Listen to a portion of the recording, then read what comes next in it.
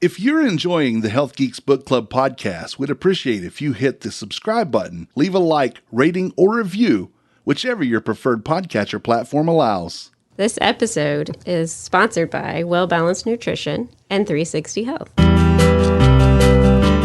Welcome to the Heath Geeks Book Club podcast. Listen in as Kristen Norton and Eleanor Russell review all those great health and wellness books you've been wanting to read or you have read and want to talk about. Here's Kristen and Eleanor. Well, hello. It's Eleanor, a health geek. I think I really am a health geek because I like reading some strange books. And we want to know if you're out there reading these fun books with us, and maybe they're not strange after all. But Kristen's with me today. Hey. Are you reading these books too? And I'm enjoying this particular book, Chatter, The Voice in Our Head, Why It Matters and How to Harness It by Ethan Kross. Yeah. So much so that this is part 3. Absolutely. And even Tim was saying that he's been talking to himself. Oh, yeah, since forever. It runs in my family. But yes, absolutely. Well, as we've been kind of reviewing the zooming out technique, and we've been reviewing the talking to yourself with your name, distancing psychological stuff, there's some things that have happened in society that seem to be happening more frequently than any of us want. And so he has a chapter where he's talking about the power of people and the influence of people on our chatter, as to how do those outside of our head affect the chatter inside our head. And he gives a really rough start to the chapter about the shootings at Northern Illinois University in 2008, and then at Virginia Tech not too long after that, where these people witnessed just horrific violence. And then after the event was over, how did their recovery go? Because a lot of the people that were affected by that went into severe depression. And what they have termed happened to them is they fell into a co-rumination. And ruminating is when you just perseverate on a thought over and over and over, and you just don't let it go. And a lot of the therapies at the time were suggesting that if people talked about these horrible things that happened to them, they would heal and recover and be better. So they were encouraged to talk. But there were some investigators who said, let's take a group of them and encourage them to talk, and let's take a group of them and tell them, maybe you don't need to talk that much about it, just move on. And it says, all that emoting, writing, connecting, and remembering, it hadn't been beneficial. No, and it surprised a lot of people. Very much. And me. And me too, because I've kind of said, let's talk about it. And sometimes it makes you feel better, but according to this, it really doesn't provide long-term relief because of the term co-ruminating. Oftentimes when we talk to somebody about it, like a friend, they might get curious and ask us questions, and then we're recalling and me as your friend, I'm thinking I'm being empathetic and helping you. Exactly. And I come and say, tell me about it, tell me all the details, thinking I'm helping you. Right. And I'm not. But remember the Thanks, Eleanor. researcher, Ryan was his last name. He found that talking to others about our negative experience doesn't help us recover in any meaningful way. Sure, sharing our emotions with others makes us feel closer and more supported by people we open up to, but the ways most of us commonly talk and listen to each other do little to reduce our chatter. Quite frequently, they exacerbate it. Yeah, and I think in the experience of grief, that sometimes can get complicated too. And I know when you have a death that is very personal and maybe people at a distance didn't know it happened, and then they find out later and they want to come and say, oh, I'm so sorry, I didn't know that such and such, had happened. And then that takes the person who's experienced the loss down a tube again, because they have to tell the story again. I hate talking to people about things Grief. that have gone on. Yeah. Yeah, and so I think we as friends to each other, if we can learn about that, we might be better friends, as to, how to be present, but maybe not require the rumination. Right. What not to fuel those negative emotions again. Because he says it's like a game of dominoes. It provides, it just keeps building on and knocking the next one over. So he says that we can be like And Spock. And Spock. Does anybody remember that show? Oh, yeah. I watch Okay. it still to this day. Good. So, Yeah, one's cold and one's warm. Right. One's emotional and one's cognitive. Logical. Yeah, so we have the emotional and cognitive discord. Right. And I think it's important for us to learn how to listen better and support others. And this also reminds me how important it is to talk to a mental health therapist who Absolutely. knows what they're doing. And where's Jennifer Locklear when Right, we need we her? need her. So Jennifer and Cyrus, we're going to get you in here and we'll hash this out another time. Kirk and Spock are an example in the hostage negotiation and what we've learned about how to talk people down. How to engage their cognitive side rather than feeding their emotional side. Right. Which is what we've been talking about, how you support, are you a peril to your friend when you ask them, tell me all the negative stuff that happened to you? Or are you a better friend if you say, let's think about, has this happened to anybody else before? Are there people that you might, tap in? There are ways to pull that cognition in and slow the emotional. Right. So he's advising that we express maybe some empathy and, honor their emotional side, but then bring out their cognitive side and have them kind of zoom out, maybe use some of those strategies or put it into perspective in some way rather than staying there in that negative. Yeah, like what do you want for lunch? Right. You're in the middle of a active shooting, but what do you want for lunch? And it causes you to stop and think.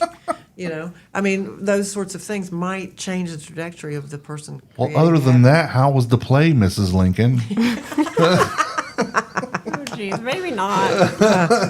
Okay, well then moving on. Well, you brought up the negotiating Yeah. piece. I highlighted this because I thought it was important. So active listening, empathy, rapport, influence, and behavior change. That's kind of their models. So moving through those things is important if you're going to be a good listener.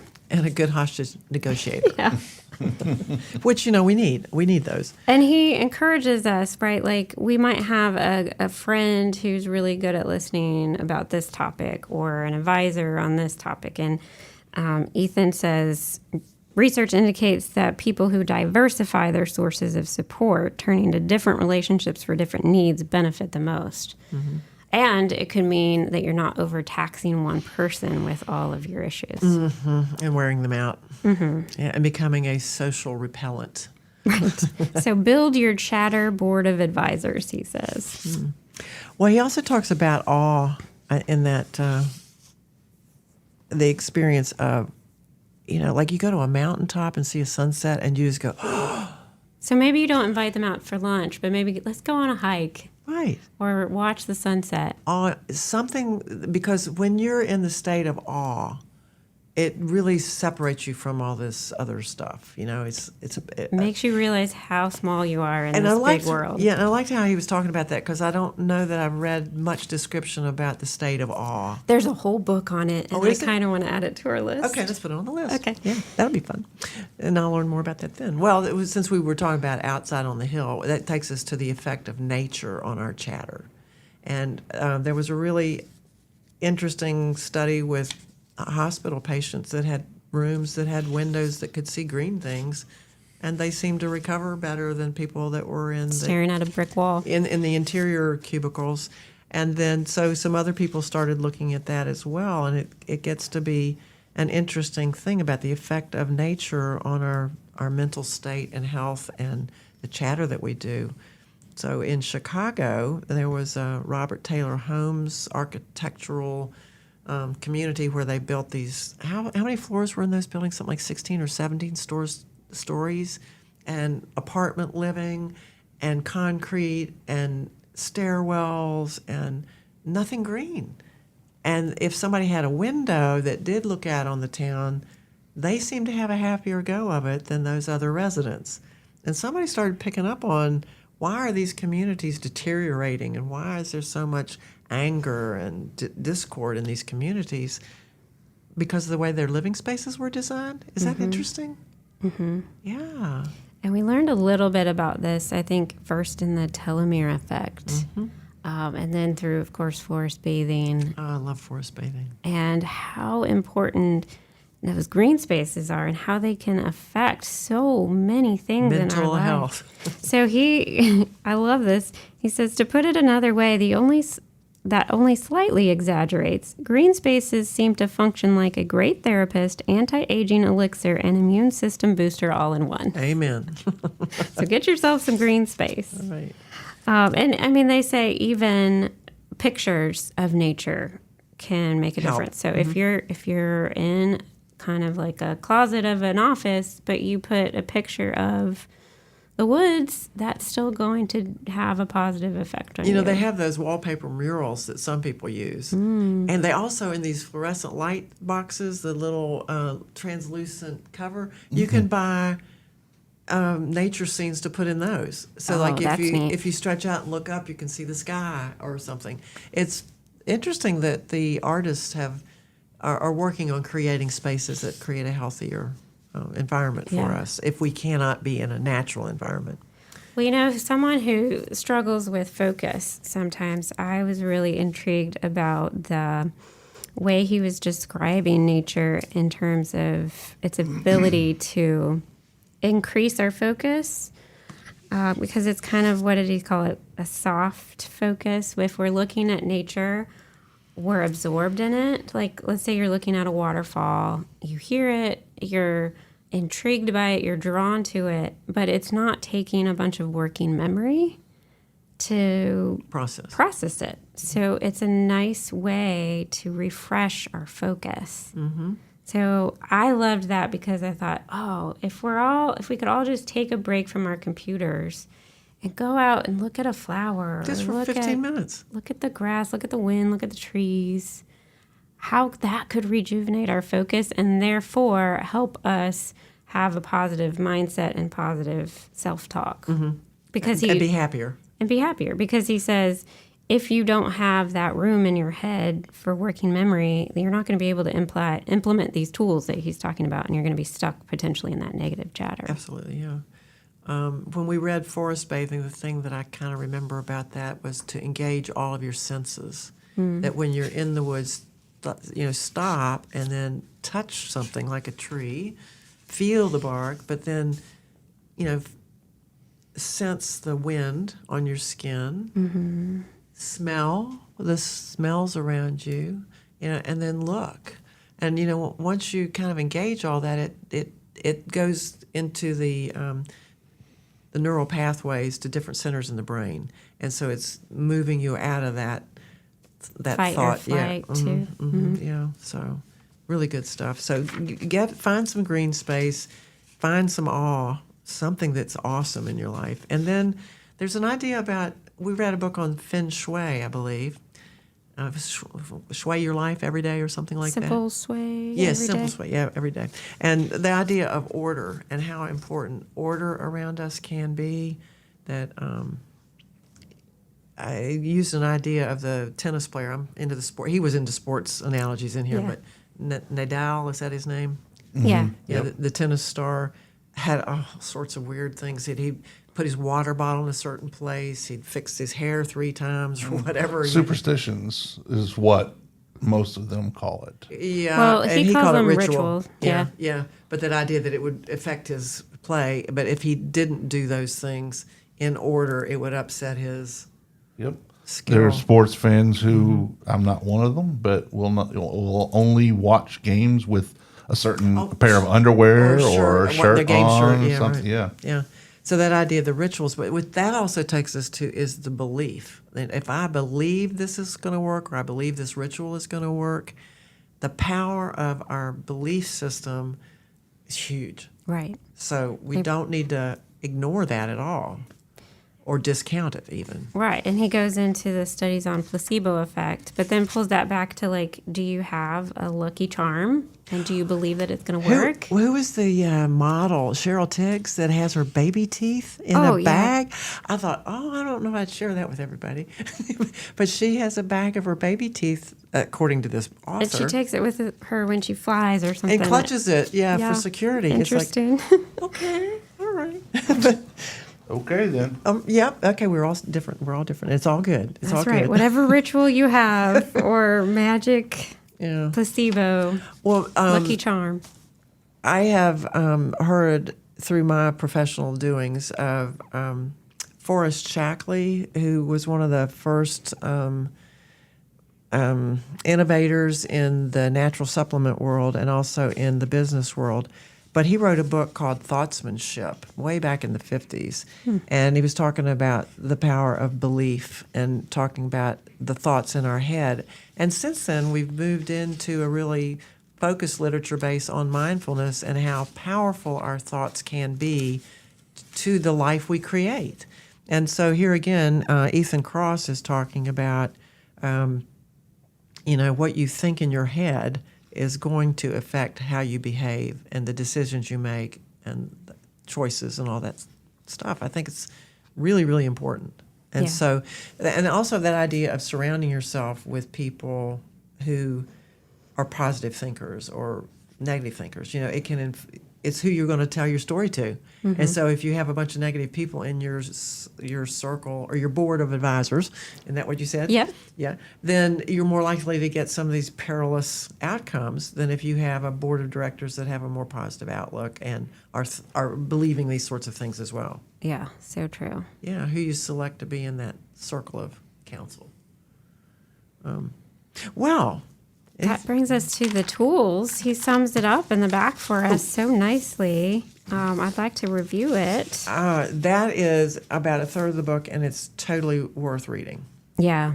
If you want to kind of speed read. Now, I highly recommend this book because I like the stories. But if you want to speed read, just to the most practical things. So here, a quick summary of the tools you can implement on your own. Use distance self-talk. Wait a minute. Aren't there 3 clusters of tools that he's going to tell us about? Yep, and that was the first one. Yeah, I mean, there are tools that you can use on your own or with other people or within the environment you create. Right. And so you're kind of going down to the tools we can use ourselves. Right. Yeah. Okay, so the distance self-talk, imagine advising a friend, broaden your perspective, reframe your experience as a challenge. We didn't really dive into that, but when you think of things as a challenge versus a problem. A threat, yeah. Or a threat, it's a different perspective. Reinterpret your body's chatter response. Normalize your experience. Engage in mental time travel. I love that one. Change the view. Write expressively. Adopt a perspective of a neutral third party. Clutch a lucky charm or embrace a superstition or perform a ritual. So 12 things you can implement on your own. Yeah, and he does a great job of telling you why those are good choices. Yeah. And I really think you do need the book read before you get to the toolkit. Yep. Because this you don't understand it. And that the next thing is how do you involve other people in this, and so he separates it into tools for providing chatter support and tools for receiving the support, because it's a two-way street. Yeah. So when you're providing support, you want to address people's emotional needs.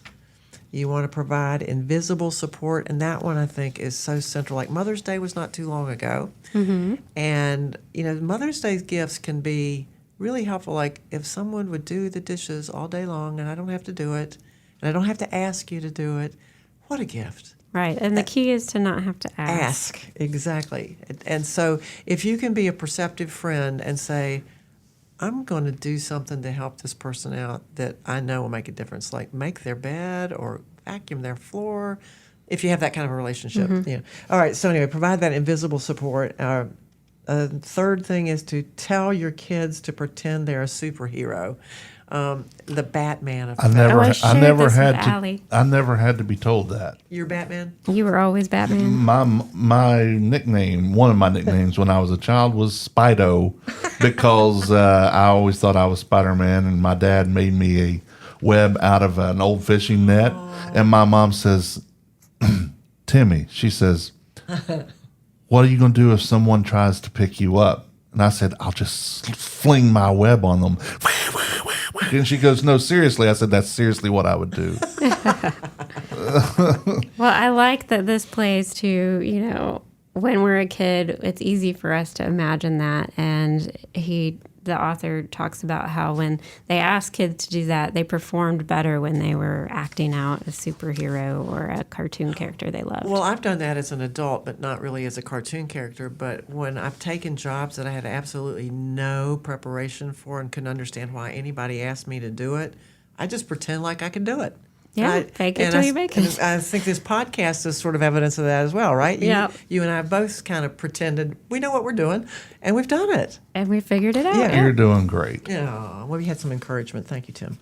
And then the fourth one is touch affectionately. Now, touch is a little dicey here. You have to do it respectfully. But there's an idea that if we touch each other, we can connect. It's like the effect of a hug, and most of us know how helpful hugs without words can be. Yeah. And then be someone else's placebo. Other people can powerfully influence our beliefs, including our expectations about how effectively we can deal with chatter and how long it will last. And that was where you were talking about how important it is to have people around you with that positive outlook. Yeah. So do you want to go over the tools for receiving? Yeah, so build your board of advisors. Seek out physical contact. So if you need a hug, ask for a hug. Look at a photo of a loved one. Perform a ritual with others. We talk about, the opening of the wellness, what was our wellness book? The Gospel of Wellness. Oh, yes. The author talked a lot about how her faith rituals were so important as her father passed away. And she sort of rediscovered them in that. Yeah. But they had been planted there, so it was good to be able to call on them. Right. So that's kind of what I think of when I think of perform a ritual with others. Minimize passive social media usage. Use social media to gain support. Okay, I want to go back to the seek out physical contact because they do say you can use inanimate objects. Oh, you can hug a tree. Yeah, which I have done. But I think I've outgrown, I really don't have an excuse anymore for the stuffed animals in my house because my kids are grown and my grandsons are a little past the stuffed animal age. But I do have a stuffed rabbit and a stuffed bear that are still around. And they're kind of cute. Yeah. And so when people come in my house, they have something they can hold. It feels good to hug even a pillow or Yeah, security yeah. blanket. Yeah. So anyway, I'm just admitting one of my, I'm not Cheryl Tiggs with my baby teeth, but I do have a couple of stuffed animals. And that's quite all right. Isn't okay. Yeah. And then what tools do we have that involve the environment? Ooh, create order in your environment because when we experience chatter, we often feel as if we're losing control. And I've often said the current trend in interior design is not one I'm terribly excited about, but I definitely understand it. It's a minimalistic, nothing on the counters, nothing on the tabletop, very few pictures, if any, on the walls, and no curtains, no patterns. Everything's solid and all monochrome. But I think what's happening is people realize how confusing their lives are and how cluttered with every other kind of energy, that if they can create a space that's calming, Yeah. that is creating order, and so they're taking control of that and controlling their environment. The second idea is to increase your exposure to green space, and Kristen and I both are advocates for get outside, experience the wind on your face, and do it frequently. And then the third one is seek out awe-inspiring experiences, which is one of my favorite things, but it doesn't happen. I don't know that you can create awesome experiences. You can just find yourself there. And one of the things we should do is when we're having a positive experience, immerse ourselves in it. Don't cut it short. Stay there, feel it, experience it. And in the negative experience, don't let it go on too long. It's a kind of the contrast of how much time, you mentioned time in one of our comments. Spend your time in the positive experience because that's going to reinforce all those pathways and chemicals and create a nice outcome for you. Yeah. So I really enjoyed this part of the conclusion where he, in the beginning in part one, we talked about how he was inspired by his dad. And now he has learned all of this and he has taken his knowledge and the inspiration from his dad and kind of transformed it to how he passes it on to his children. So So I'd just love to read this paragraph Please if do, I can. yeah. So he says, I stick Band-Aids on their elbows when they're upset and tell them that if they think the Band-Aid will make them feel better, it will. I take them for walks in the splendidly green arboretum near our house when they feel sad and carefully nudge them to focus on the big picture when they tell me about their latest tiff on the playground or in the classroom. And when they are acting impossibly irrational for the silliest reasons, I ask them to tell themselves what they imagine their mom or I would say to them, and I tickle them. One of the things that has become clear to me while writing this book is just how influential a role my wife and I play in the conversations that our daughters have with themselves. Yeah, that's wonderful and good advice. So I loved how that came full circle. If anybody's got any interest in what's going on in their head and how they're talking to themselves, this is a great book to pick up. Congratulations to Ethan Kross for bringing it to us. Yes, and it says in the back that this is his first book, so hopefully that means he might have some more to write and share with us. Yeah. So I'm Eleanor at 360health4u.com. Reach out if you'd like to take our meology assessment and get some supplement recommendations, or if you'd like to look at some of our natural supporting products for your body care or your sports performance. I'm here, Eleanor Russell, 360health4u.com. And I'm Kristen Norton, one of the registered dietitians of Well Balanced Nutrition, where we offer nutrition and wellness coaching. We invite you to visit our website, wellbalancednutrition.com, to learn more about our services and our DIY guides, our courses, and how you can easily apply to have a free clarity coaching call to find out if nutrition coaching is right for you. And don't forget, you can go to healthgeekspodcast.com, click on the chatter post. You'll see the book on the post. When you click on that, there will be a blue underlined link in the description, in the show notes. You click on that, you can buy this book directly from us, basically. And we would appreciate any help that you want to bestow upon us for that. And then you can have your own book club with it.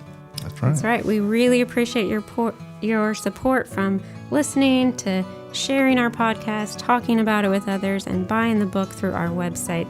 It means the world to us. And we hope we're bringing true wellness to the world. Have a good day, y'all.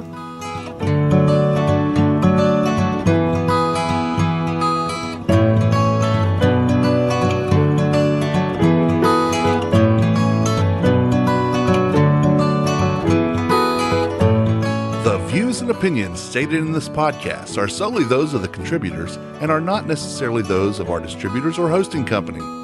This podcast is copyrighted, and no part can be reproduced without the express written consent of Kristen and Eleanor.